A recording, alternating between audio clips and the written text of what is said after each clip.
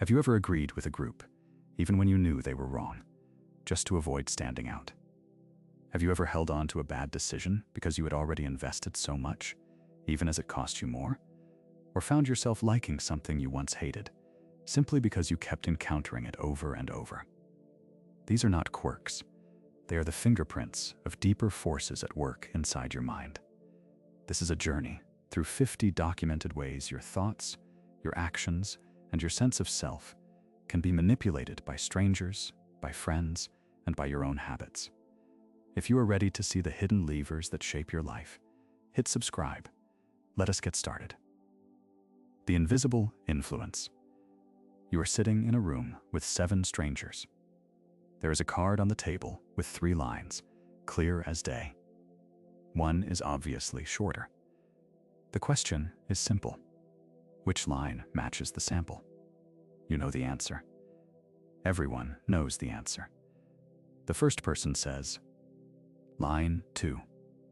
The next says, line 2. Around the table, each voice repeats it. But you are staring at the card, and it is not line 2. It is line 3. You are sure. This is not a trick of the eyes. It is a trick of the room. In 1951, at Swarthmore College, Solomon Asch set up this exact scene. One real subject, surrounded by actors. The actors all give the same wrong answer. The real subject is last. The lines are right there. The answer is obvious. And yet, 3 out of every 4 people, 75%, go along with the group at least once. They say the wrong answer out loud, knowing it is wrong, just to match the others. You can watch the footage. The subjects fidget. They laugh nervously. Some sweat, some glance around, desperate for a sign that someone else sees what they see. But the group is united. The pressure is silent, but it is crushing. Peer pressure does not just nudge you. It can make you deny your own eyes. It is like laughing at a joke you do not find funny, just because everyone else is laughing. You feel the wrongness in your gut, but you do it anyway. Not because you are fooled, but because you do not want to be the only one who is not fooled. Here is the part that should bother you. The lines are right there. The evidence is in front of you. And still, most people will betray their own senses to fit in. Not once, but again and again. The discomfort is visible. The moment of decision is a kind of private agony. But the outcome is public. You say what the group says. Asch found something else too. If just one other person in the room gave the right answer, the spell broke. Suddenly, conformity collapsed. All it took was a single ally. But alone, most people caved. You have almost certainly done this. Maybe not with lines on a card, but with opinions, with laughter, with silence. The group does not have to be right. It just has to be united. The next time you feel sure of something and everyone else disagrees, remember this. The pressure you feel is not weakness. It is human, but it is also dangerous. Because if you can be made to deny your own eyes, what else can you be made to do? But what happens when the pressure is not just social, but comes from someone in authority? Obedience to the unthinkable. Subject number 22 is sweating. His hand hovers over the final switch, 450 volts. The label under his fingers reads, XXX. He glances at the man in the gray lab coat, searching for a way out. The man just nods. The experiment requires that you continue. This is not a movie. This is Yale University, 1961. Stanley Milgram's experiment. The subject thinks he is helping with a study on memory and punishment. He does not know the screams from the next room are fake. He does not know the learner is an actor. But the switches in front of him are real. Each one marked with a higher voltage. 30 volts, 90, 330, 450. Each time the learner makes a mistake, the subject is told to increase the shock. The cries get louder. Then they stop. The man in the lab coat does not raise his voice. He does not threaten. He just says, "Please, continue." And so, most do. 65%. That is the number that still haunts anyone who reads Milgram's notes. 65% of ordinary people, recruited by a newspaper ad, delivered the maximum shock. They believed they might be killing a stranger. They did it anyway, because someone in authority told them to. You want to believe you would be different. You want to believe you would stand up, refuse, walk out. But the numbers do not care what you believe. The numbers say you are probably wrong. It is like following GPS instructions into a lake. You know it feels wrong. You see the water, but the voice says turn left, and so you do. The authority is quiet, insistent, and dressed for the part. That is all it takes. Most people will inflict pain on a stranger if told to by an authority. That is not a metaphor. That is a number. 65%. If authority can make us do the unthinkable, what about the tricks that make us betray ourselves? The foot in the door trap. The salesman does not start by asking you to buy a vacuum. He asks for a glass of water, or maybe just a moment of your time. You say yes, because why not? It is nothing. But the moment you say yes, the game has already changed. In 1966, two psychologists named Jonathan Friedman and Scott Fraser ran an experiment in California that should make you question every small favor you have ever granted. They sent researchers door to door, asking homeowners to sign a petition for safe driving. It was harmless. A signature, a smile, a sense of having done your civic duty. A week later, the same researchers came back with a much bigger ask. Would you put a massive, ugly drive, carefully sign in your front yard? Not a tasteful little placard. A billboard. The kind of thing that would make your neighbors stare. Here is where it gets weird. If they asked people to put up the sign right away, only 17% said yes. But if they had first asked for that tiny favor, the signature suddenly 76% agreed to the billboard. That is not a rounding error. That is a fourfold jump, just because of one harmless yes. You are not agreeing to the sign. You are agreeing to the story you tell about yourself. I am helpful. I am consistent. I am the kind of person who says yes. The trick is not about the water, or the petition, or the pen. The trick is about making you say yes once, so the next yes feels inevitable. Think about the last time someone asked to borrow your pen. You hand it over, no big deal. But then a week later they ask to borrow your car. You hesitate, but something in your brain whispers, well, I did lend them my pen. I guess I am that kind of person. The first yes is a key. The second yes is the door swinging open. Friedman and Fraser's experiment is not just a story about salesmen or neighbors. It is about every time you have agreed to something small and found yourself swept along into something much bigger. The real trick is that you do not notice it happening. You think you are making a new decision each time. You are not. You are just following the path you started with that first, tiny yes. The next time someone asks you for a harmless favor, remember, you are not just giving them your time. You are giving them a foothold in your mind. The first yes is never the last. But what if the trick is to make you say no, so you'll say yes later? The Door-in-the-Face Gambit. A charity worker stops you on the street. She asks if you can spare $500 for troubled kids. You laugh, shake your head, and start to walk away. She smiles, shrugs, and says, well, could you at least help out for one afternoon at the zoo? Suddenly, that second request feels almost reasonable. You say yes. You feel generous. You have just been played. In 1975, at Arizona State University, Robert Cialdini and his team ran the original Door-in-the-Face experiment. They asked students to volunteer for a 2-year commitment counseling juvenile delinquents. Almost everyone refused. Then came the real target. Would they chaperone a single afternoon trip to the zoo? When the small favor was asked first, only 16% agreed. But when it followed the giant ask, compliance shot up to 50%. The trick doubled the odds. The genius is in the setup.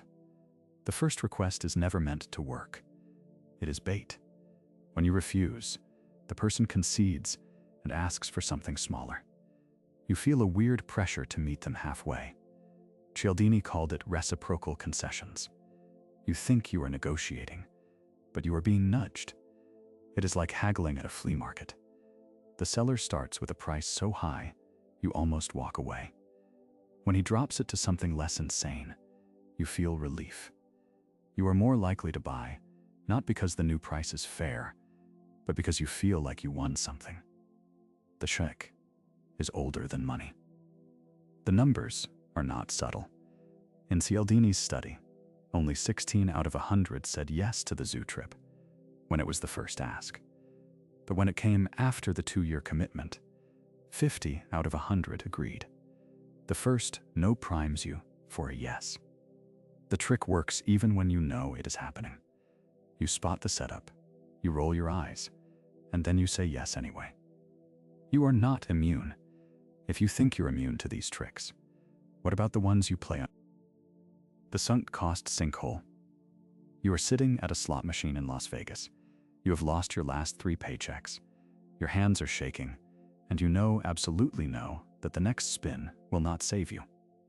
But you pull the lever anyway. The casino is designed for this moment. No clocks, no windows, free drinks. The noise never stops.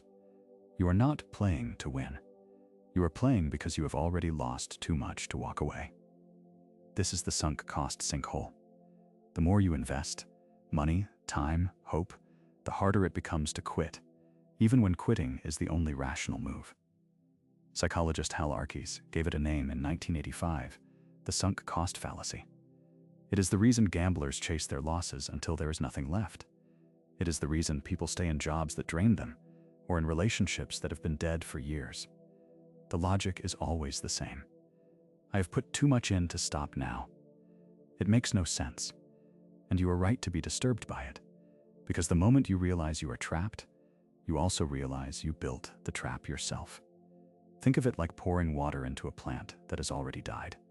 You know it will not come back to life, but you have already spent so much on fertilizer, on pots, on hope, that you cannot bring yourself to stop. You keep watering. You keep waiting. You keep losing. Or maybe it is like keeping a subscription you never use, just because you have already paid for 6 months.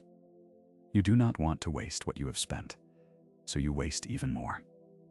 But the real punch comes when you see it at scale. In the 1960s, Britain and France teamed up to build the Concorde, a supersonic jet that would change the world.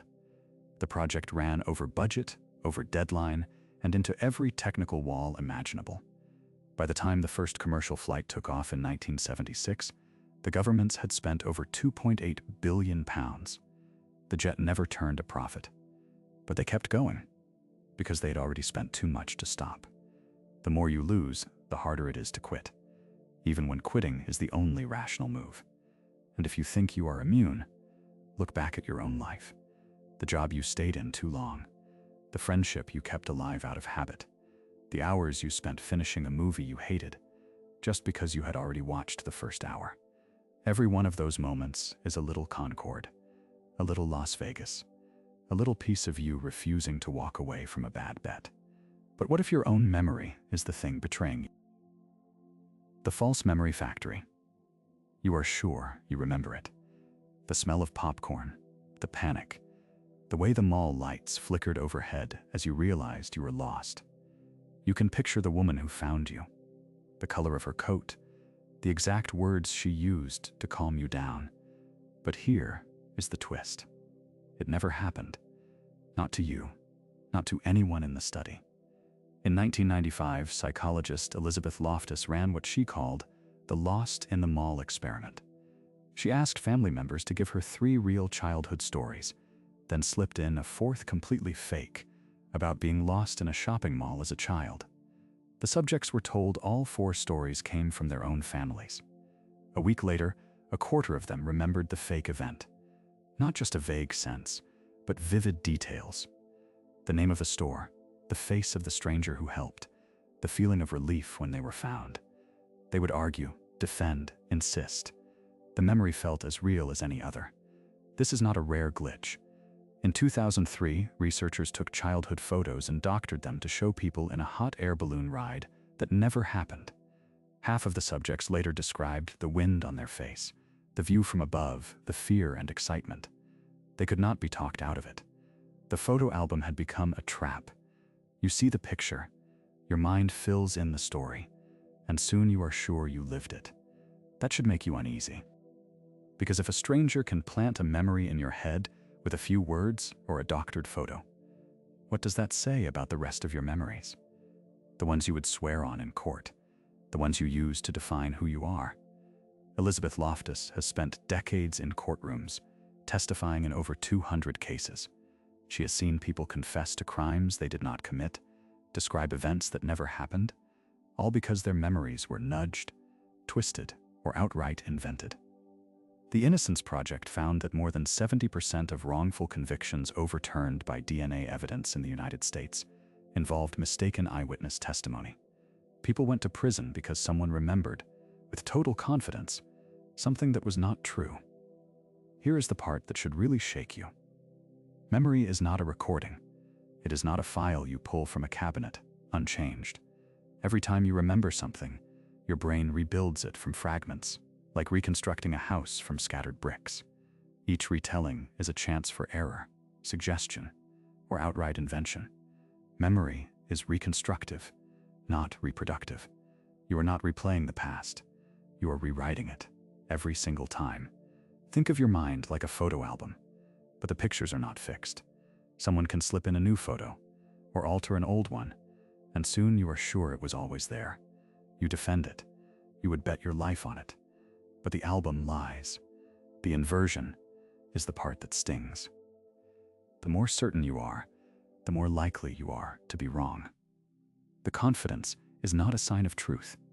It is a side effect of how the memory was built. So here is the question that should keep you up tonight. What do you know that isn't so? If your memory can be rewritten, what about your sense? The mirror exposure effect. You are driving home and the radio is playing that song again. The one you hated last week. The one you groaned at, changed the station, rolled your eyes. But now, for some reason, you are humming along. You know the chorus. You catch yourself tapping the steering wheel. You did not decide to like it. It just happened. In 1968, a psychologist named Robert Zajonc ran a series of experiments that should make you question every preference you have.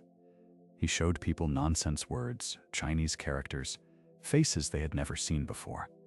Some images flashed once, others over and over. The result was always the same. The more times someone saw a thing, the more they liked it, even if they had no idea what it meant, even if they were sure they did not like it at first. This is called the mere exposure effect. It is not subtle, it is not rare. It is the reason you start to crave a jingle you once found annoying. It is why a political slogan, repeated enough times, starts to sound like common sense. It is why the face on the billboard, the one you barely notice, starts to feel trustworthy after the 10th drive past. Think about the last time you found yourself defending a song, a brand, a politician, just because it felt familiar. Not because you weighed the facts, not because you made a choice, because it had been there, in the background, again and again, until your brain mistook repetition for truth. It is like the moment you realize you have memorized the layout of a grocery store you never meant to visit twice. You do not love the store. You do not even like it. But the aisles are familiar. The lighting is familiar. And so, against your better judgment, you start to feel at home. Zajonc's work was not a fluke. Decades of research have piled up behind it. In one study, people rated nonsense words more positively the more often they saw them. In another, faces flashed on a screen became more attractive with each repetition. It did not matter if the faces were beautiful or plain, the words meaningful or gibberish. Familiarity was all it took. Advertisers know this. Political campaigns know this. They do not need to persuade you. They just need to repeat. Slogans, logos, catchphrases, faces. The trick is not to win you over in a single blow. The trick is to wear you down, to make the unfamiliar feel safe, to make the strange feel true. You are not immune. No one is. The more you see something, the more you like it, even if you know you are being manipulated, even if you are on guard. The effect works on everyone, from the most skeptical scientist to the most jaded teenager. Here is the part that should unsettle you. Propaganda works not because it is convincing, but because it is everywhere. The same image, the same phrase, the same face, over and over, until your brain gives up and lets it in. You do not have to believe. You just have to see. You can be made to like almost anything if you see it enough times. But what if the trick is to make you hate something you once loved? The scarcity illusion. You are not standing in line for something you need. You are standing in line because there are only 3 left. The doors open, and suddenly it is not about the television. It is about not being the one left out. Black Friday, Valley Stream, New York, 2008. 2,000 people surge forward. Jedimitai Demore, a Walmart employee, is trampled to death. The TVs are gone in minutes. Most of them will sit, unopened, in someone's garage. Scarcity does not just make us want things. It makes us desperate. In 1975, Stephen Warchel, Jerry Lee, and Akanbi Adewole ran the cookie jar experiment. They gave people identical cookies. When the jar was full, the cookies were just cookies. When there were only 2 left, people rated them as richer, tastier, more valuable. The only thing that changed was the number in the jar. You think you are immune. You are not. Ticketmaster and concert promoters know this. In 2017, Ed Sheeran's UK tour sold out in minutes. Thousands of tickets reappeared at double the price. The scarcity was manufactured. The rush was real. It is the same trick every time. Limited time only, while supplies last. In a 2012 study, people rated products as more desirable when they were labeled limited edition, even when they knew the label was a lie. The fear of missing out is stronger than the desire for the thing itself. It is musical chairs for adults. The music stops, and you do not care if you even like the chair. You just do not want to be the one left standing. You will fight for things you do not want, just because someone else might get them. The rush of urgency is real. So is the emptiness after. You get the thing, and the feeling is gone. All that is left is the echo of the stampede. If scarcity can make us irrational, what about the tricks that make us cruel? The Dehumanization Switch.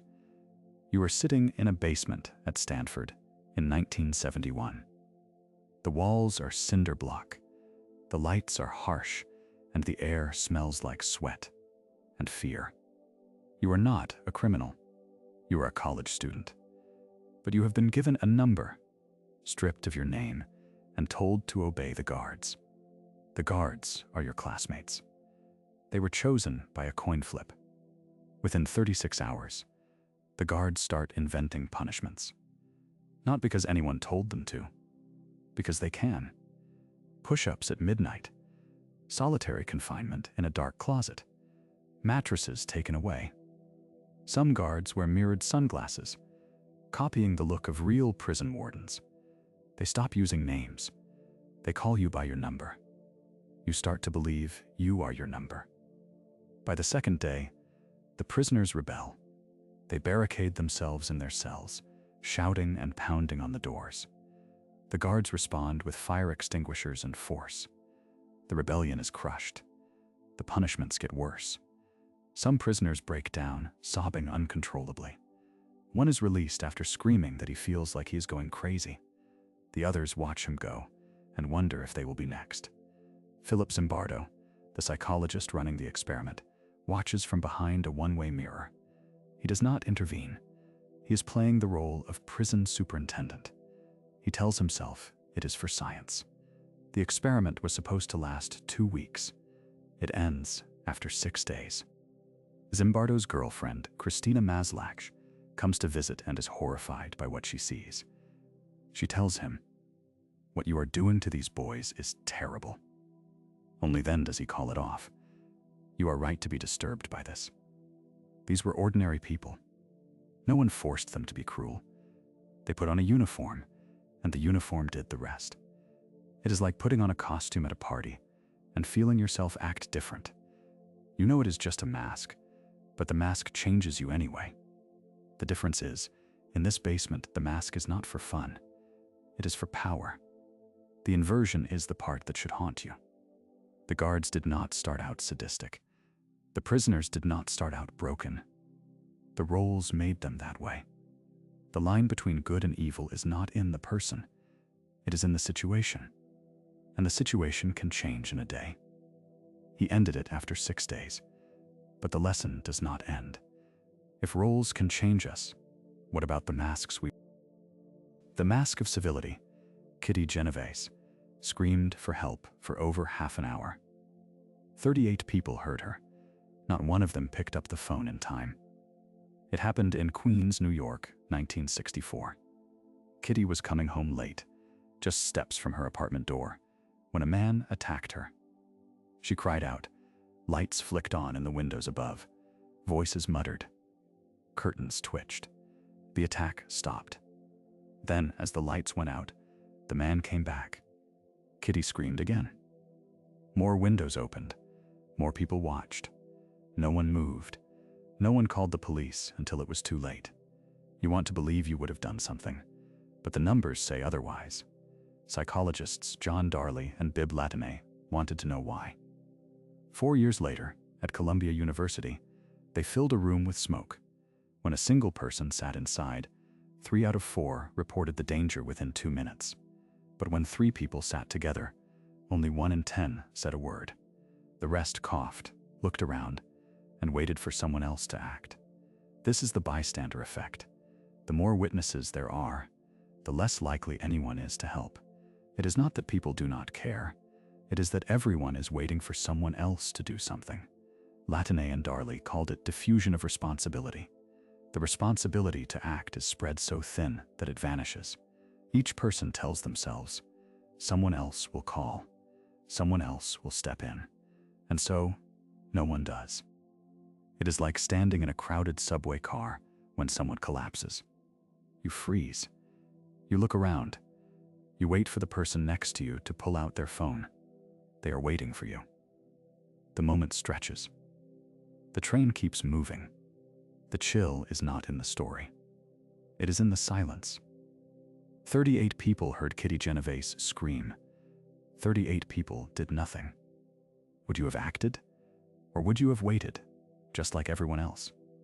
If crowds make us passive, what about the tricks that make... The hot-cold empathy gap. You swear you will not eat the cake. You mean it. You are full, you are resolute, you are the kind of person who makes good decisions. Then the cake is in front of you. The frosting is glossy, the smell is thick, and suddenly your promise feels like it was made by a stranger. You eat the cake. You do not even enjoy it. You just do it. George Lowenstein gave this feeling a name in 1996. The hot-cold empathy gap. When you are calm, you are in a cold state. You believe you can predict your own actions, set your own limits, and stick to them. But when you are emotional, hungry, angry, in pain, or desperate, you are in a hot state, and the person you become in that moment is almost unrecognizable to your rational self. Lowenstein's experiments were simple and brutal. He would ask people, in a calm state, how they would act if they were tempted, or in pain, or aroused. They would make promises. They would say, "I would never do that." Then he would put them in the hot state. The results were humiliating. People broke their own rules, sometimes within minutes. They were shocked at themselves. The gap between who they thought they were and who they became was not a crack. It was a canyon. You have felt this. It is like writing a grocery list when you are full. You walk the aisles with discipline, picking out kale and brown rice, feeling virtuous. But come back to the store when you are hungry. Suddenly, the list is a joke. You buy chips, ice cream, things you do not even like. The person who wrote the list is gone. The person who is shopping now is in charge. In 2001, Dan Ariely and Lowenstein ran a study at MIT. They asked college students to predict how they would act in a sexually charged situation. The students, calm and logical, said they would be safe, respectful, rational. Then the researchers put them in a state of arousal and asked the same questions. The answers changed. The students endorsed risky, even unethical behaviors, things they had just sworn they would never do. When shown their own answers later, they were appalled. They could not believe what they had said. This is not just about cake or sex. The hot-cold empathy gap shows up in addiction, in anger, in pain. A smoker swears to quit, but when the craving hits, the promise dissolves. A person in pain says they would never lash out, but in the moment, they do. You cannot imagine how you will act when you are emotional, even if you try. The rational self and the emotional self are not just different people. They are strangers. That should bother you, because it means your promises to yourself are written in disappearing ink. It means you cannot trust your own predictions, not because you are weak, but because you are human. The mind is not a single, unified thing. It is a shifting coalition, and the part that is in charge when you make a promise is not the part that will be in charge when it is time to keep it.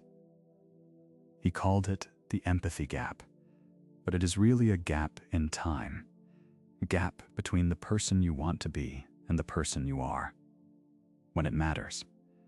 The frustration is not just that you break your own rules, it is that you cannot even imagine, in the cold light of day, how easy it will be to break them. If you can't predict your own actions, what about the tricks that make you doubt? The Gaslight Effect. You are sitting in your kitchen. The thermostat is set to 72. You know it. You checked it yourself. But the room feels cold. You ask your partner, "Did you turn it down?" They smile. "No, you're imagining things." You check again. 72, but the chill lingers. The next day, it happens again.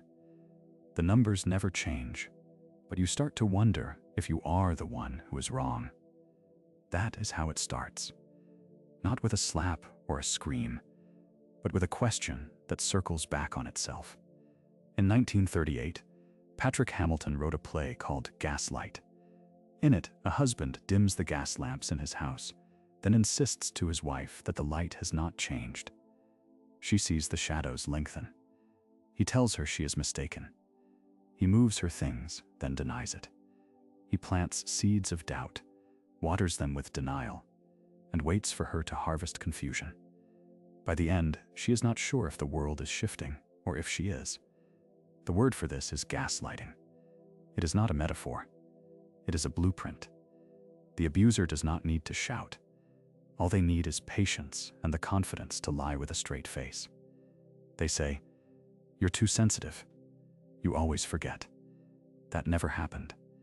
The victim starts to keep notes, then doubts the notes. They replay conversations in their head, searching for the moment they lost the thread. The more they try to anchor themselves, the more the ground shifts beneath them. You are right to be disturbed by this, because gaslighting is not rare. In 2019, sociologist Paige Sweet found that 58% of domestic abuse survivors reported being gaslit by their partners. That is not a fringe case. That is a coin flip. And it does not just happen in marriages. Parents do it to children. Bosses do it to employees. Friends do it to friends. The method is always the same. Deny, deflect, repeat. The result is always the same. The victim doubts their own memory, then their own mind. It is like living with a thermostat that changes itself when you are not looking. You start to dress warmer, then wonder if you are overreacting. You ask others if they feel it, but they shrug. You begin to trust the numbers on the wall more than the feeling in your own skin. Eventually, you stop asking. You stop trusting yourself. Here is the inversion. Most people think gaslighting is about control. It is not. It is about erasure. The abuser does not want to win an argument. They want to make you forget there was ever an argument at all. They want you to doubt the evidence of your own senses so that you will accept theirs instead. Once that happens, they do not need to lie anymore. You will do it for them. This is not a story about weak people. It is a story about how trust can be weaponized. The most dangerous part is not that someone can make you doubt your memory. It is that they can make you doubt your reality, and you will defend them for it. Heard of the play? It is not just a story. It is a warning. If someone else can rewrite your reality, what about the tricks that make you rewrite your own? The cognitive dissonance spiral. You give up your job. You sell your house. You tell your family goodbye because the world is ending on December 21st. You are not alone. In 1956, a woman named Dorothy Martin leads a small group in Chicago, convinced a UFO will rescue them from an apocalypse. The date comes. The world does not end. The sky is empty. And here is the part that should make your skin crawl. Most of the group does not leave. They double down. Leon Festinger, a psychologist, is there to watch it happen. He writes it all down in a book called When Prophecy Fails. He expects the group to fall apart. Instead, he sees something stranger. The more people have sacrificed, money, jobs, marriages, the more desperately they cling to the belief. They invent new reasons. The prophecy was a test. Their faith saved the world. Anything but admit they were wrong. This is cognitive dissonance. When your beliefs and your reality collide, your mind twists itself into knots to avoid the pain of being wrong. Festinger gives it a name, but you have felt it. The sick feeling when you realize you have been lied to. The urge to defend a bad decision because you already paid the price. The more it hurts, the harder you fight to justify it. It is like doubling down on a bad bet. You lose $50 at the casino, so you bet another $50, telling yourself you can win it back. You know the odds are against you, but walking away would mean admitting you wasted your money. So you stay. You lose more, the pain grows, and so does your commitment. But this is not just about cults or casinos. It is why people stay in toxic relationships after years of misery. Why companies keep pouring money into doomed projects. Why you defend a belief long after the evidence has turned against you. The more you have given up, the more you need to believe it was worth it. Festinger saw it in the cult. Aronson and Mills saw it in college students who went through humiliating hazing rituals only to value their group more. You have seen it in your own life, every time you argued for something you knew, deep down, was lost.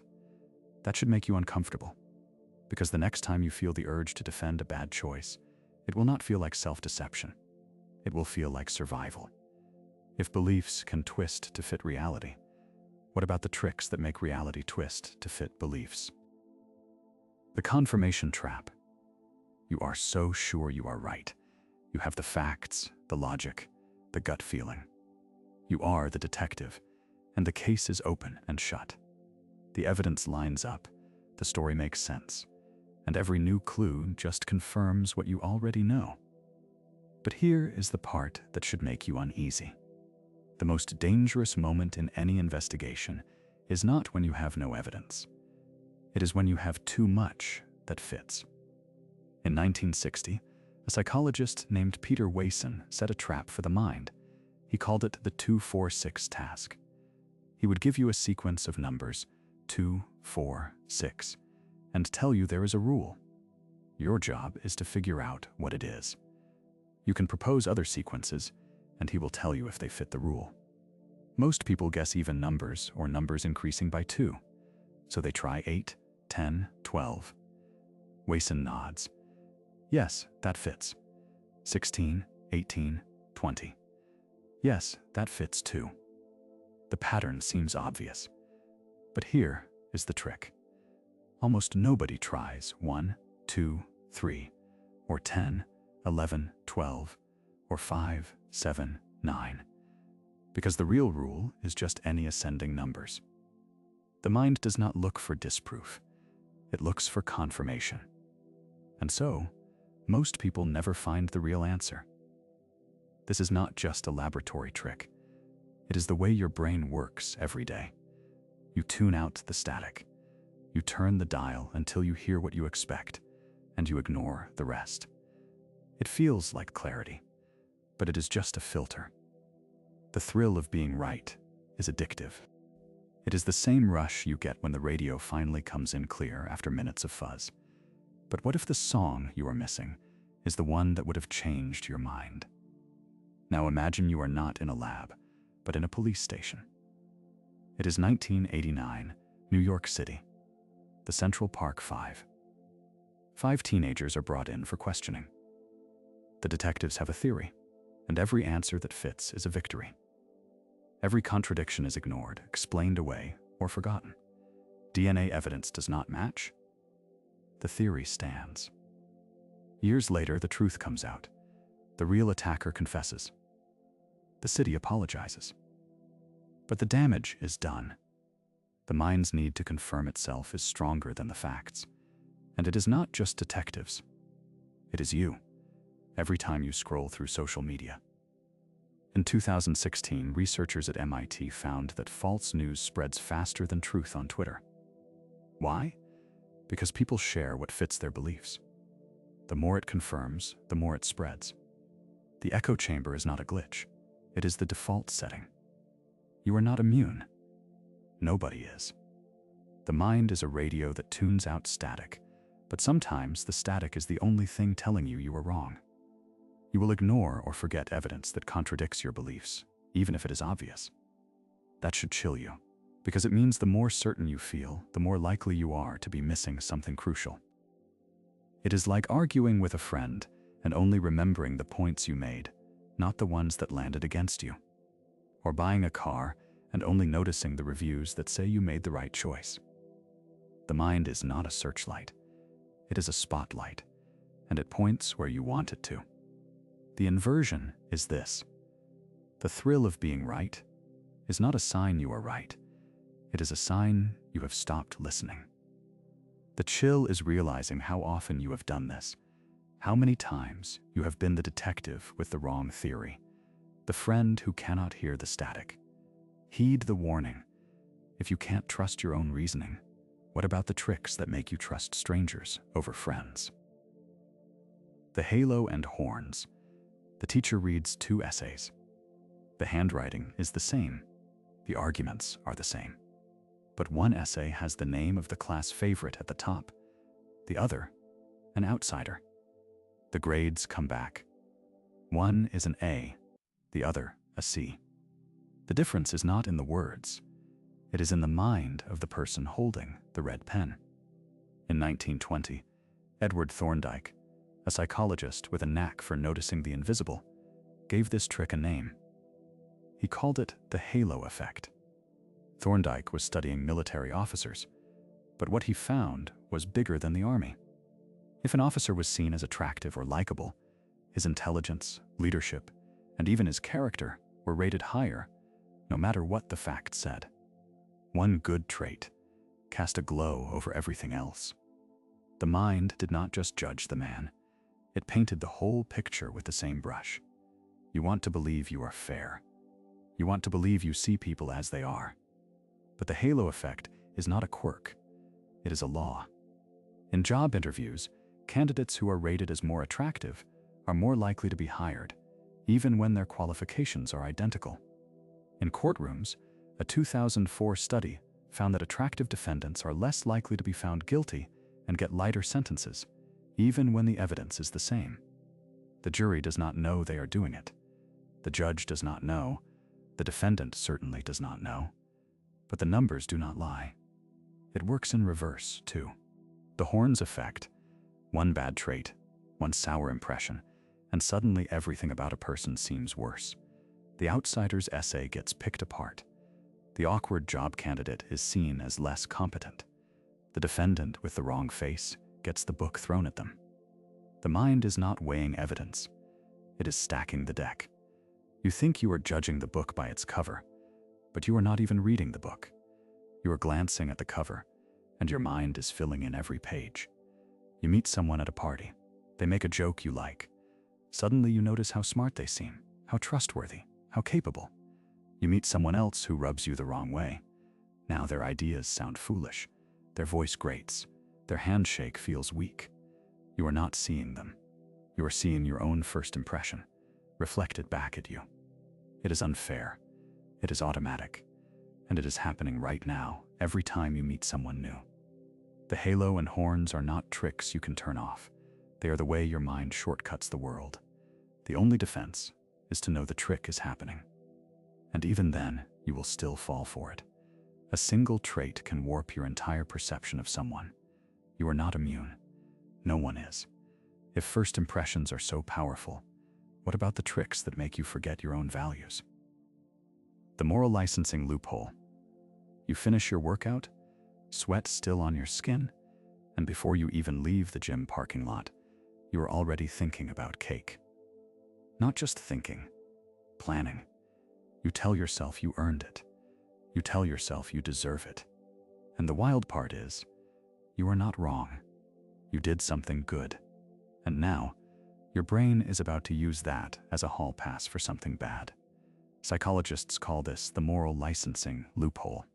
In 2010, Sonia Merritt, David Efron, and Benoit Monin ran a series of experiments that should make you question every "I deserve it" you have ever whispered to yourself. They found that when people recalled a good deed, anything from recycling to helping a stranger, they were more likely to cheat, lie, or make a selfish choice immediately afterward. Not less. More. The good act did not make them better. It gave them permission to be worse. It gets weirder. In 2009, Nina Mazar and Chen Bo-Zhong at the University of Toronto set up a study with green products. Some people bought eco-friendly light bulbs and organic soap. Others bought regular stuff. Then, the researchers gave everyone a chance to cheat for a cash prize. The people who bought green products, the ones who should have felt the most virtuous, were the most likely to lie and steal. Buying green was not a sign of a better person. It was a down payment on bad behavior. You see this everywhere. People vote for a progressive candidate, then feel justified skipping the charity drive. Someone donates to a cause, then cuts in line at the coffee shop. The act of doing good becomes a kind of moral currency. You spend it as soon as you get it. It is like saving $5 on groceries, then blowing $50 on takeout because you earned it. The math does not add up, but the feeling is real. The moment you do something right, your brain starts looking for a way to cash in. The "I deserve it" effect is not a rare glitch. It is the default setting. And here is the kicker. The more you care about being good, the more likely you are to fall for this trick. The self-sabotage is not random. It is targeted. The people who pride themselves on their ethics, their green choices, their generosity, those are the ones most at risk. The moral credit builds up, and then, like clockwork, it gets spent on something you would never have allowed yourself if you had not just done something good. Merritt, Efron, and Monin's research did not just stop at the lab. They found the effect in voting booths, in shopping carts, in everyday choices. The pattern is always the same. Do something good, and your next move is more likely to be selfish, indulgent, or even outright wrong. Not because you are a bad person, because you are a person. That should bother you, because it means your best intentions are not a shield, they are a loophole. The trick is not being played on you by someone else. You are playing it on yourself. If you can trick yourself into bad behavior, what about the tricks that make you invisible? The spotlight. Illusion. You are 16, standing in the middle of the cafeteria, and you are certain every single person has seen your shirt. The one your mom said was fine. The one with Barry Manilow's face, grinning like he knows something you do not. You feel the heat in your cheeks. You imagine the whispers. You are sure you will never live this down. But here is the punchline. Almost nobody noticed. In 2000, psychologists Thomas Gilovich, Victoria Medvec, and Kenneth Savitsky ran the experiment. They made college students wear a Barry Manilow t-shirt into a room of strangers. The students guessed that nearly half the people would spot the shirt. In reality, only about a quarter did. Most people were too busy worrying about themselves to care. This is the spotlight effect. The belief that a giant, burning light is following you everywhere, exposing every mistake, every bad hair day, every awkward laugh. It is the reason public speaking feels like a firing squad. It is why you replay that one stumble on the stairs for weeks, convinced everyone else is replaying it too. But they are not. They are replaying their own stumbles. They are worrying about their own shirts, their own faces, their own secret embarrassments. The spotlight you feel is real, but it is only shining for you. Think about walking into a party, convinced everyone is staring at your shoes. You scan the room for judgment, but everyone else is scanning for the same thing. It is like a room full of mirrors, each person checking their own reflection, barely glancing at yours. The researchers did not stop at t-shirts. They found the same effect in public speaking, in social anxiety, in every moment you feel exposed.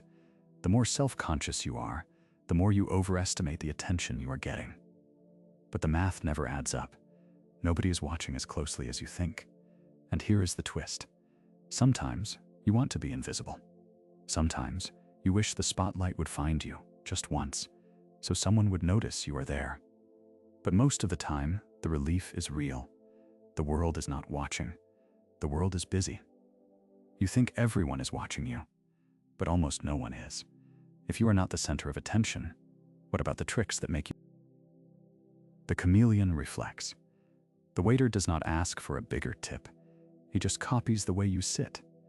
If you cross your arms, he crosses his. If you lean in, he leans in.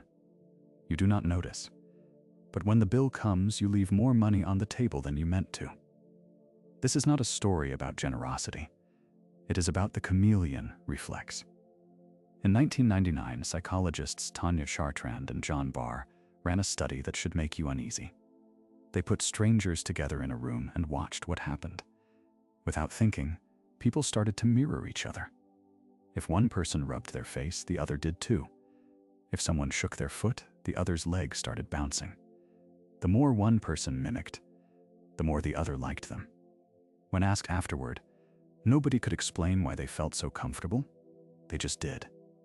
You are not immune. You have caught a yawn from a stranger on the subway. You have found yourself echoing a friend's laugh or matching the way someone folds their hands. It feels like connection. It feels like chemistry. But it is not magic. It is mimicry. And it works even when you do not know it is happening. Think about the last time you met someone new and instantly liked them. Maybe it was a date, a job interview, or a sales pitch. There is a good chance they were copying you, your gestures, your tone, your pace. Not because they are a master manipulator, but because this is what humans do. The chameleon effect is not a trick you learn. It is a reflex you cannot turn off. But here is where it gets uncomfortable. In 2003, researchers found that waiters who subtly mirrored their customers' body language got bigger tips. Salespeople who echoed a client's words closed more deals. In negotiations, the side that mimics wins more often. In dating, mimicry makes you more attractive. The person who copies you is not always your friend. Sometimes, they are just good at getting what they want. It is like the moment you realize you have been humming the same song as the radio in the background. You did not choose it. It just slipped in. The chameleon reflex is the psychological version of that song, an unconscious echo that makes you feel at home, even when you are being played. You are right to feel unsettled, because the next time you feel a spark with someone, you have to wonder, is this real, or am I just looking in a mirror? If you can be manipulated by a smile, what about the tricks that make you betray your own group? The Outgroup Demon. You are not born with enemies. You are handed them. In the summer of 1954, Muzaffar Sharif took 22 boys to Robbers Cave State Park in Oklahoma. They were 11 years old. No one knew each other. No one had a grudge. For the first week, the boys were split into two groups, each thinking they were alone at camp. They named themselves the Rattlers and the Eagles. They made flags. They sang songs. They built a world out of nothing but each other. Then, Sharif let them discover the other group. Within hours, the air changed. The Rattlers and the Eagles started calling each other names. They raided cabins, burned each other's flags, and sabotaged games. By the end of the week, they were throwing rocks. The only thing that had changed was the idea of us and them. That should make you uneasy, because these boys were not monsters. They were ordinary kids, chosen for being well-adjusted and healthy. The experimenters did not teach them to hate. They just drew a line and said, "You are on this side. They are on that side." The rest happened on its own. You are right to feel disturbed, because if a group of strangers can become enemies in days, what does that say about the lines you draw in your own life? The ones you inherited, the ones you never questioned, the ones that feel like common sense. Think about siblings fighting over a toy. It is not about the toy. It is about the line, who is us, who is them. The moment the toy is in play, the rules change. You defend your side, even if you did not care about the toy 5 minutes ago. The fight is not about what is fair. It is about who belongs. Henry Tajfel proved this in the 1970s with the minimal group paradigm. He brought strangers into a lab and split them into groups based on nothing coin tosses, a preference for one abstract painting over another. That was enough. People gave more money to their own group, punished outsiders, and justified it all as rational. The group did not need a history. It just needed a name. This is not just a laboratory trick. It is the engine of sports rivalries, political feuds, and wars. The moment you are told they are the other team, your brain starts rewriting the rules. You see your own side as smarter, kinder, more deserving. You see the other as a threat. You do not need a reason. You just need a boundary. The inversion is the hardest part to swallow. You think you are above it. You think you would not fall for such a simple trick. But the robbers' cave boys were not different from you. They were you, just with a different flag. The world is full of lines waiting to be drawn. Some are ancient, some are invented on the spot. All it takes is a whisper X-ray. They are not us. And the Outgroup Demon wakes up. He does not care if you are right. He only cares if you belong. If groups can turn on each other so fast, what about the tricks that make you? The illusion of transparency. You are sitting at a poker table, heart pounding, convinced everyone can see right through you. Your hand is weak. You try to keep your face still, but you are sure your cheeks are burning. Your eyes are darting. Your secret is leaking out in every twitch. The truth? No one at the table has any idea what you are feeling. They are too busy worrying about their own tells. In 1998, Thomas Gilovich, Victoria Husted-Medvec, and Kenneth Savitsky ran a series of experiments at Cornell University. They called it the illusion of transparency. The idea is simple and brutal. You think your emotions are obvious, but most people cannot tell at all. In one experiment, participants were told to lie or tell the truth about their opinions. Observers guessed who was lying only 54% of the time. That is barely better than flipping a coin. But the speakers were convinced their lies were written all over their faces. It gets worse when the stakes are high. Public speaking, for example. You stand in front of a crowd, sweating, voice shaking, certain everyone can see your nerves. But when researchers asked the audience, they rated the speakers as much calmer than the speakers felt. The panic you feel is not leaking out. It is trapped inside, invisible to everyone but you. Think about the last time you spilled coffee on your shirt before a meeting. You walk in, convinced every eye is locked on the stain. In reality, most people do not notice. They are too busy worrying about their own stains, their own secrets. It is like walking around with a spotlight on your embarrassment, when in fact, the room is full of people shining spotlights on themselves. This is not just a relief. It is a weapon. Manipulators and negotiators know about the illusion of transparency. They act as if they can see through you, as if your anxiety is obvious, as if your secrets are already out. The more you believe your feelings are leaking, the more likely you are to confess, to concede, to give away what you meant to hide. Your own anxiety becomes a tool for someone else. You are right to feel exposed, but you are wrong about what people can see. The next time you are sure your face is red, remember, It probably is not. The next time you think your lie is obvious, remember, it probably is not. The next time someone acts like they can read your mind, remember, they are probably just guessing. If your feelings are not as obvious as you think, what about the tricks that... The Dunning-Kruger Cliff. MacArthur Wheeler walked into a bank in Pittsburgh with no mask, no disguise, and a confidence that bordered on supernatural. He smiled at the cameras. He robbed 2 banks in broad daylight. When the police arrested him hours later, he was stunned. He kept repeating the same thing. But I wore the juice. Wheeler had smeared lemon juice on his face, convinced it would make him invisible to security cameras. He had read that lemon juice could be used as invisible ink. He thought it would work on his skin. This is not a story about stupidity. It is a story about certainty. In 1999, 2 psychologists at Cornell University, David Dunning and Justin Kruger, published a study that would change how we think about ignorance forever. They found that the less people knew about a subject, the more confident they became in their abilities. The people who performed the worst on tests of logic, grammar, or humor were the most likely to rate themselves as above average. The experts, meanwhile, were full of doubt. It is not just academics. The Dunning-Kruger effect shows up everywhere. In driving, the worst drivers insist they are the safest. In chess, the beginners boast of their strategies. In medicine, the least informed are the most certain they know what is wrong with them. The pattern is relentless.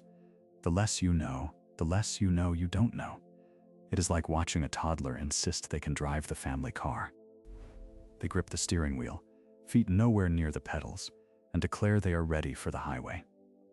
You laugh, but the feeling is familiar. We have all been that toddler. The confidence is real. The danger is, too. The story of MacArthur Wheeler is funny until you realize it is not rare. Dunning and Kruger found that incompetence does not just breed mistakes. It breeds overconfidence. The same mental blind spots that make us bad at something also make us blind to our own mistakes. You do not know what you do not know. And that ignorance feels like certainty. The punchline is not that Wheeler believed in lemon juice. The punchline is that you have your own lemon juice moments. We all do. The least skilled people are often the most confident. The rest of us are left wondering if we are missing something obvious. If you have ever felt a surge of certainty in a field you barely understand, you are not alone. If you have ever watched someone barrel ahead, oblivious to their own incompetence, you have seen the Dunning-Kruger Cliff in action. The edge is closer than you think. If ignorance breeds confidence, what about the tricks that make you doubt your own expertise? The learned helplessness trap. You are sitting still right now. Or at least, you think you are. But if you were one of Martin Seligman's dogs in 1967, you would have already given up. Seligman and Stephen Meyer at the University of Pennsylvania strapped dogs into harnesses and delivered electric shocks. There was no way out. The dogs yelped, twisted, tried everything. Nothing worked. Then, the experimenters moved them to a new box. This time, all the dogs had to do was hop over a low barrier to escape the pain. The door was open. Most of them did not even try. That is the part that should make your stomach drop. 2/3 of the dogs, after learning that nothing they did mattered, just lay down and took it. The shock came, and they whimpered, but they did not move. Only 1/3 tried to escape. The rest had been trained to believe that effort was pointless. The lesson stuck, even when the world changed. You are right to be disturbed by this, because it is not just dogs. Seligman realized he had stumbled onto something that explained a kind of human misery. People who fail over and over, at school, at work, in relationships, can start to believe that nothing they do will ever matter. They stop trying, even when the door is wide open. This is not laziness. It is a kind of psychological injury. The mind learns that hope is dangerous. Think about the elephant at the circus. When it is a baby, it is chained to a heavy stake. It pulls and pulls, but the chain holds. Years later, the elephant is grown, and the chain is replaced with a thin rope. The animal could snap it with a twitch, but it never tries. The memory of failure is stronger than the reality of freedom. But it is even closer than that. It is the feeling you get after sending out 100 job applications and hearing nothing back. The moment you stop checking your email, because you already know what it will say. It is the student who fails every test and stops raising their hand, even when they know the answer. It is the friend who stays in a bad relationship because they have learned that leaving will not make things better. The world shrinks, not because the walls are real, but because the mind has built them. Here is the inversion. The trap is real, but it is not permanent. Seligman found that if you gently show the dog, sometimes by lifting its legs over the barrier, again and again, it can relearn that escape is possible. The same is true for people. The hardest part is not the pain. It is remembering that the door might be open. He called it learned helplessness. But the lesson can be unlearned. The mind that was trained to give up can be trained to try again. That is the glimmer of hope. The chain is not as strong as you think.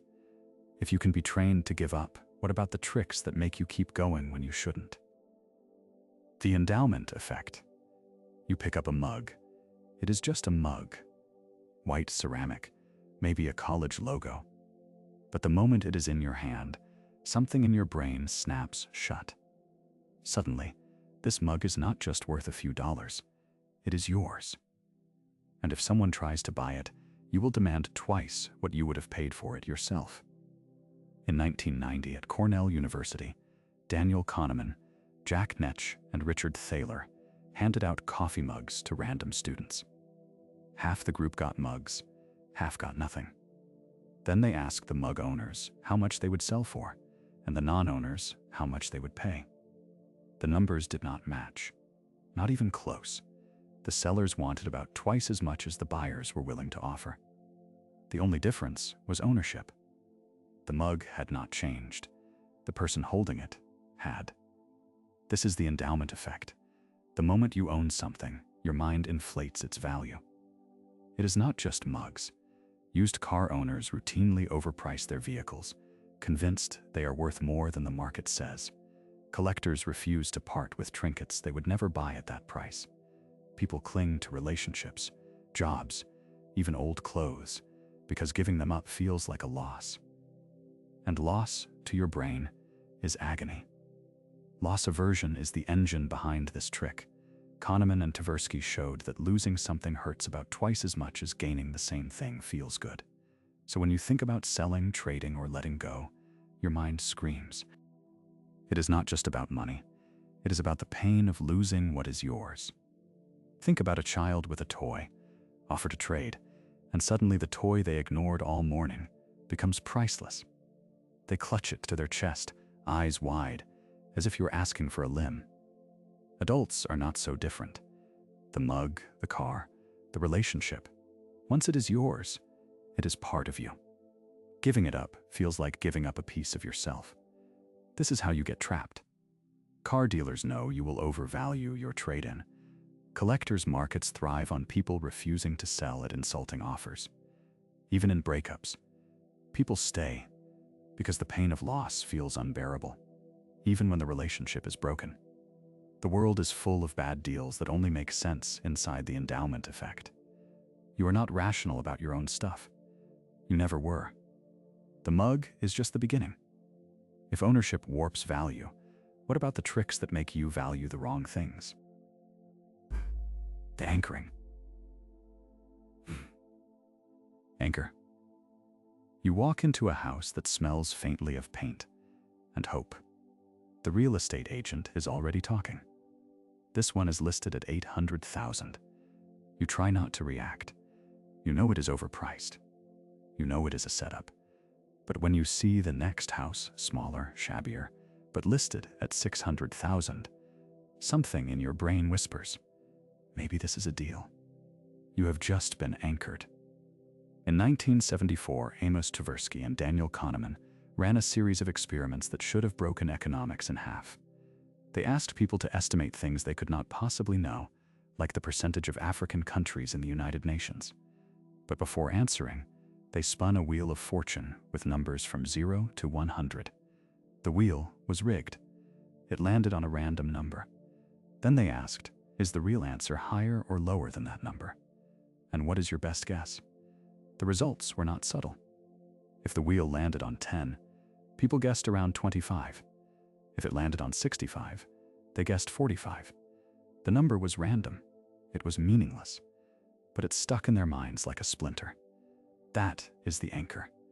The first number you hear, the first price you see, the first offer on the table. Your brain grabs it and will not let go. It does not matter if you know it is a trick. It does not matter if you are an expert. The anchor tugs at you anyway. Think about setting your watch 5 minutes fast. You know it is not the real time. You know you did it yourself. But every time you check, you feel a tiny jolt of urgency. You were late. You were early. You were never quite sure. The anchor is always there, quietly warping your sense of what is normal.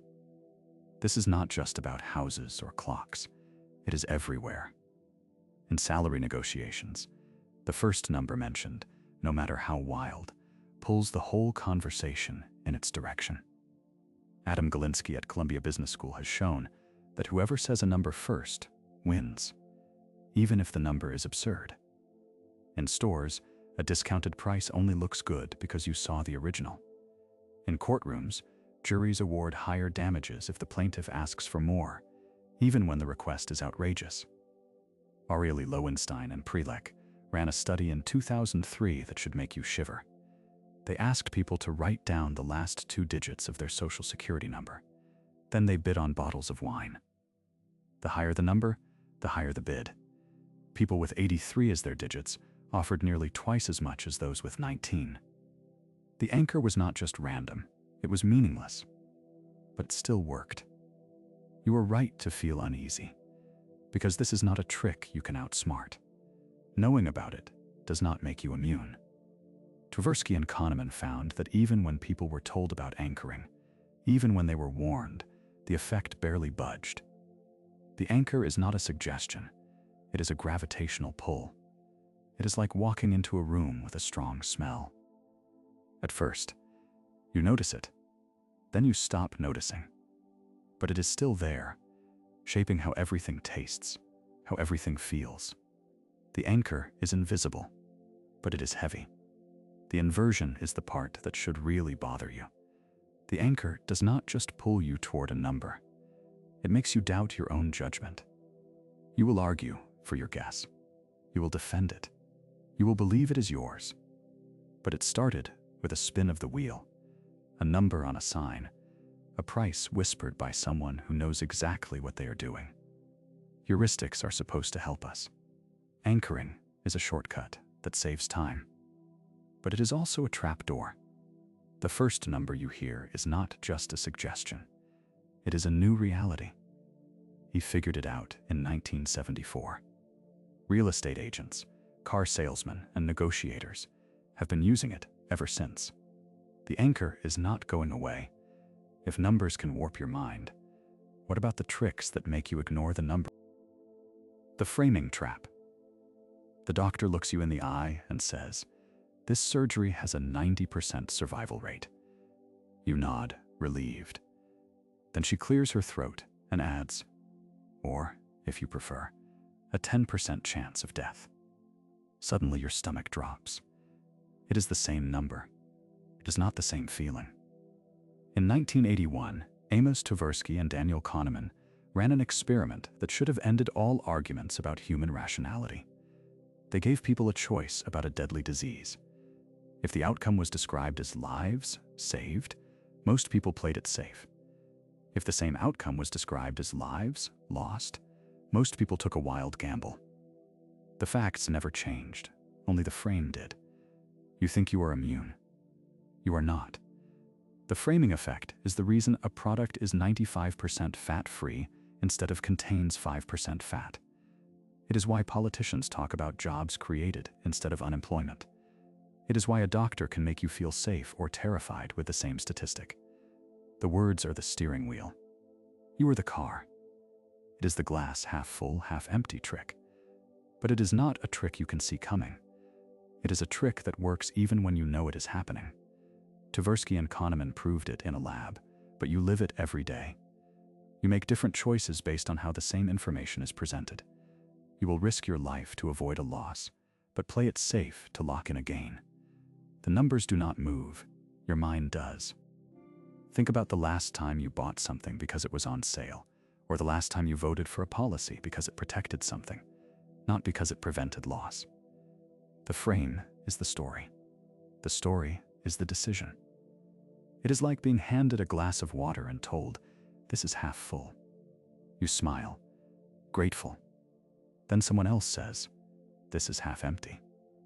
You frown, uneasy. The water has not changed. You have. You are not weak for falling for this. You are human. The discomfort you feel right now is the sound of your mind realizing it is not in the driver's seat. That is the real trick. The words do not just describe reality, they create it. If words can change your mind, what about the tricks that make you ignore the words entirely? The Placebo Paradox. You are lying in a hospital bed, shrapnel in your leg, pain burning through every nerve. The medic leans over, tells you he is giving you morphine, and injects the needle. The pain fades. You breathe. You believe you are safe. But the syringe was filled with salt water. That happened in 1944 in a field hospital in Italy. The doctor was Henry Beecher. He had run out of morphine. He could not bear to tell the wounded men there was nothing left. So he lied. He gave them saline, told them it was the real thing, and watched as their agony melted away. Some of those men went through surgery with nothing but belief in their veins. This is not a story about gullibility. It is a story about the body obeying the mind. The placebo effect is not a trick of statistics or a rounding error in the data. It is a real, physical change.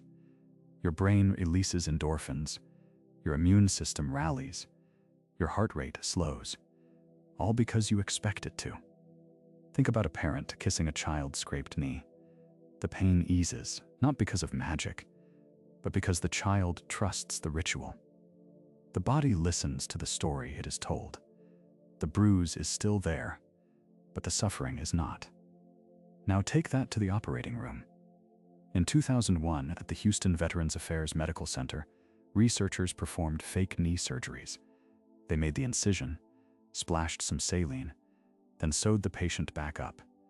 No repair, no real intervention. The patients did not know. Many reported their pain was gone. Some could walk better. The improvement lasted for years.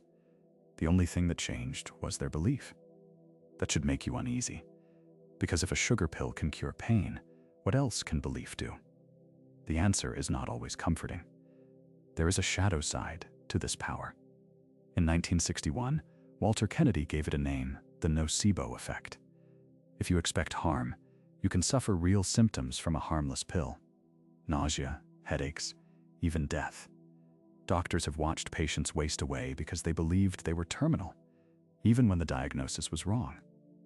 The mind can heal, but it can also destroy. This is where the ethics get slippery. If a doctor prescribes a placebo, is it a lie or a kindness? If a patient gets better, does it matter that the cure was fake? Some argue that hope is medicine. Others say trust is sacred, and deception poisons it. The line between healing and harm is thinner than you think. The same belief that closes a wound can open it. The same story that soothes can scar. You are right to be disturbed by this, because it means your body is not just a machine. It is a stage, and your mind is both the actor and the audience.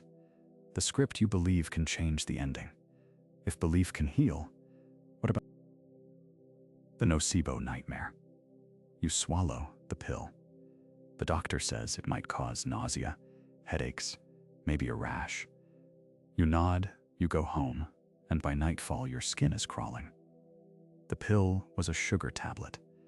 The side effects are real. This is the Nocebo Effect, the evil twin of the placebo. If you expect harm, your body delivers it. Not just a little.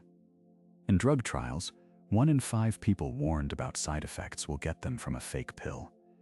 Headaches, stomach pain, even rashes, all from the power of suggestion.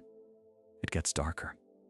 In Leroy, New York, 2011, a group of high school girls started twitching and shouting uncontrollably. The town panicked. Was it poison? A virus? Doctors found nothing. The symptoms spread. It was mass psychogenic illness. The mind infecting the body, then infecting the room. You are not immune. In Tennessee, 1997, a man was told he had been cursed. He died within days. The autopsy found nothing. The curse was a story. The death was real. You know this feeling. Someone mentions lice and suddenly your scalp itches. You hear about a stomach bug and your gut twists. The mind is a hypochondriac with a loaded gun. This is not just a medical curiosity. It is a weapon. Voodoo, curses, even the fine print on a prescription, each can plant a seed that grows into real suffering. The ethical line is razor thin. Doctors must warn you about risks, but the warning itself can make you sick. That should bother you. Because if your mind can make you sick, it can be tricked by anyone who knows the script. If your mind can make you sick, what about the tricks that make you forget you're being tricked? The illusion of control. You have seen it. The gambler at the craps table, blowing on the dice, whispering a prayer, rolling with a flick of the wrist as if luck could be coaxed by ritual. The dice do not care. But the gambler believes, in that moment, that they are not just rolling. They are reaching into the machinery of chance and nudging it their way. In 1975, Ellen Langer ran an experiment that should have ended the debate forever. She called it the illusion of control. She handed out lottery tickets to 2 groups. One group picked their own numbers, the other got random slips. When she asked how much they would sell their tickets for, the self-pickers wanted 4 times as much. Same odds, same paper. But the act of choosing made them feel like the universe owed them a favor. You are not immune. No one is. The next time you press the elevator button 3 times, even though you know it does nothing, remember Langer's lottery. The feeling of control is a drug. It is the sense that you can bend randomness to your will, that the world is not just happening to you but responding. Casinos know this better than anyone. They let you throw your own dice, cut your own deck, pick your own slot machine. The odds never change, but the illusion of agency keeps you playing. Natasha Dow-Schul spent years in Las Vegas, watching gamblers lose everything, while convinced they were one clever move away from a win. The room is designed for it. No clocks, no windows. Free drinks. The longer you play, the more certain you are that your next decision will matter. It is not just gambling. Stock market investors, sports fans, anyone who bets on chance, when things go well, it is skill. When things go badly, it is bad luck. Daniel Kahneman wrote about this. The mind will twist itself into knots to preserve the story that you are in control, even when the evidence is a coin flip. Think about the last time you mashed the crosswalk button or pressed closed door in an elevator, knowing it was probably disconnected. You did it anyway, because doing nothing feels like surrender. Doing something, anything, feels like power. Here is the trick. The more random the outcome, the more desperate we are to believe we can shape it. The more powerless we feel, the more we invent rituals, superstitions, and stories of skill. The world is full of people who will sell you the feeling of control. Casinos, stockbrokers, even the lottery kiosk at the corner store. They do not have to change the odds. They just have to let you touch the dice. You are right to feel uneasy, because the thrill of control is real. But so is the trap. The dice do not care how you throw them. The elevator does not care how many times you press the button. The world is not waiting for your signal. If you can be tricked into thinking you're in control, what about the tricks that make you give up control entirely? The social proof trap. You hear the joke, it is not funny. But the laugh track rolls in, a wall of strangers howling, and suddenly you feel the urge to smile. Maybe you even do. You are not alone. In the 1950s, Charles Douglas invented the laugh box for American television. Producers discovered that even the weakest punchline could land if the right kind of laughter was piped in. The audience at home would rate the jokes as funnier, not because the jokes changed, but because the crowd told them how to feel. This is not just television. It is your brain, rewired in real time. In 1951, Solomon Asch sat volunteers in a room at Swarthmore College, surrounded by actors. The task was simple: match the length of a line. The answer was obvious, but when the actors all gave the wrong answer, 75% of real subjects went along at least once. They denied their own eyes to fit in. The pressure was not subtle. It was not even hidden. Still, the crowd won. You want to believe you are immune, that you would stand up, say the line is shorter, walk out with your dignity. But the numbers say otherwise.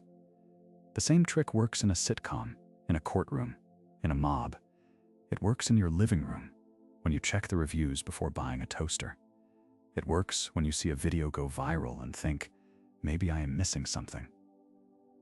In 2009, a man danced alone at the Sasquatch Music Festival. For a minute, he looked ridiculous. Then one person joined, then another. Within minutes, the crowd was a movement. The video is now shown in business schools as a lesson. The first follower is what makes the leader. But the real lesson is darker. The crowd is what makes the truth. This is not just about going along to get along. In 2006, neuroscientist Gregory Burns put people in an fMRI scanner and showed them group opinions. When they conformed, the parts of their brain that process vision changed. They did not just pretend to agree, they actually saw the world differently. Social proof does not just change your answer, it changes your reality. Think about the last time you stood for a standing ovation you did not believe in. Maybe you looked around, saw everyone else rising, and felt the pressure in your chest. You told yourself it was polite. You told yourself it was harmless. But the truth is, you did not want to be the only one sitting.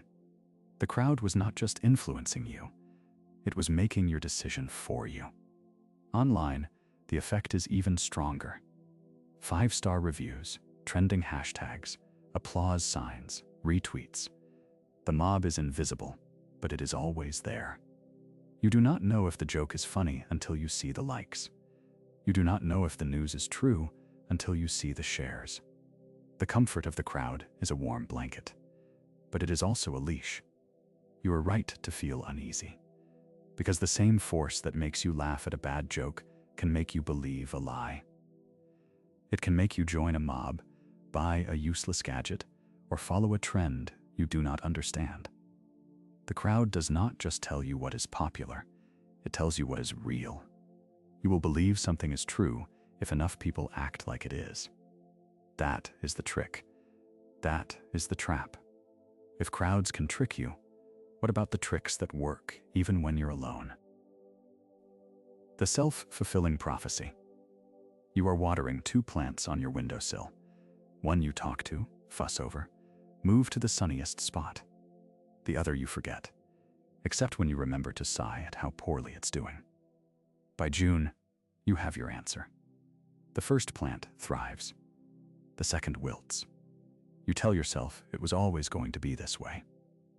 In 1968, Robert Rosenthal and Lenore Jacobson ran an experiment at an elementary school in San Francisco that should make you uncomfortable. They told teachers that a handful of students chosen at random were about to bloom intellectually. The teachers believed it. They started to expect more from those kids. By the end of the year, those bloomers had gained more IQ points than their classmates.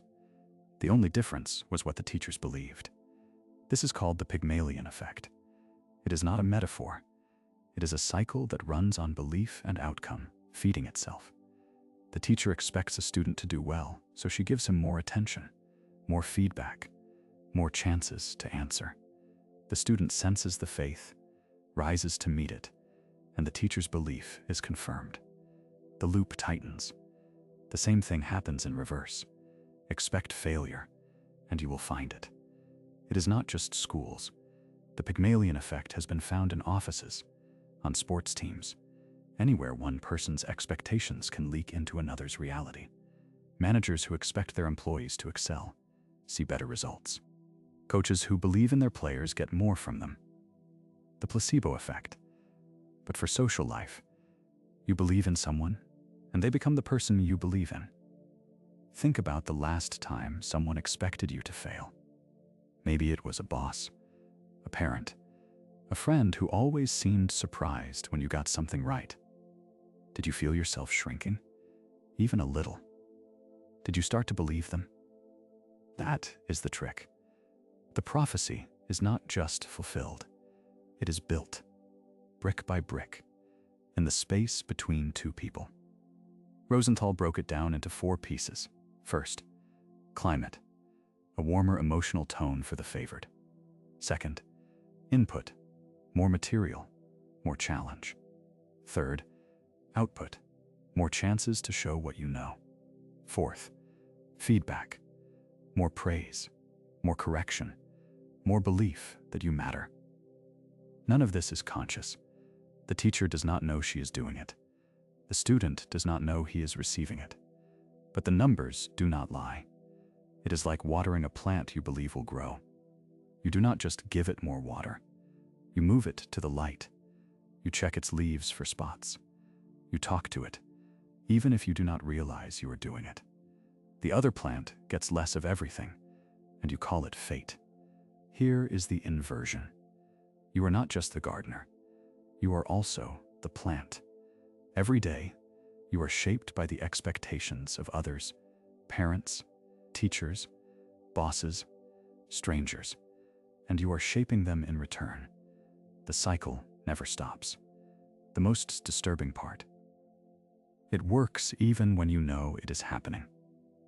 Rosenthal and Jacobson's bloomers were chosen at random. Their only advantage was someone else's belief. That should bother you, because if your beliefs can shape someone else's destiny, what are you doing with that power? You are right to feel uneasy.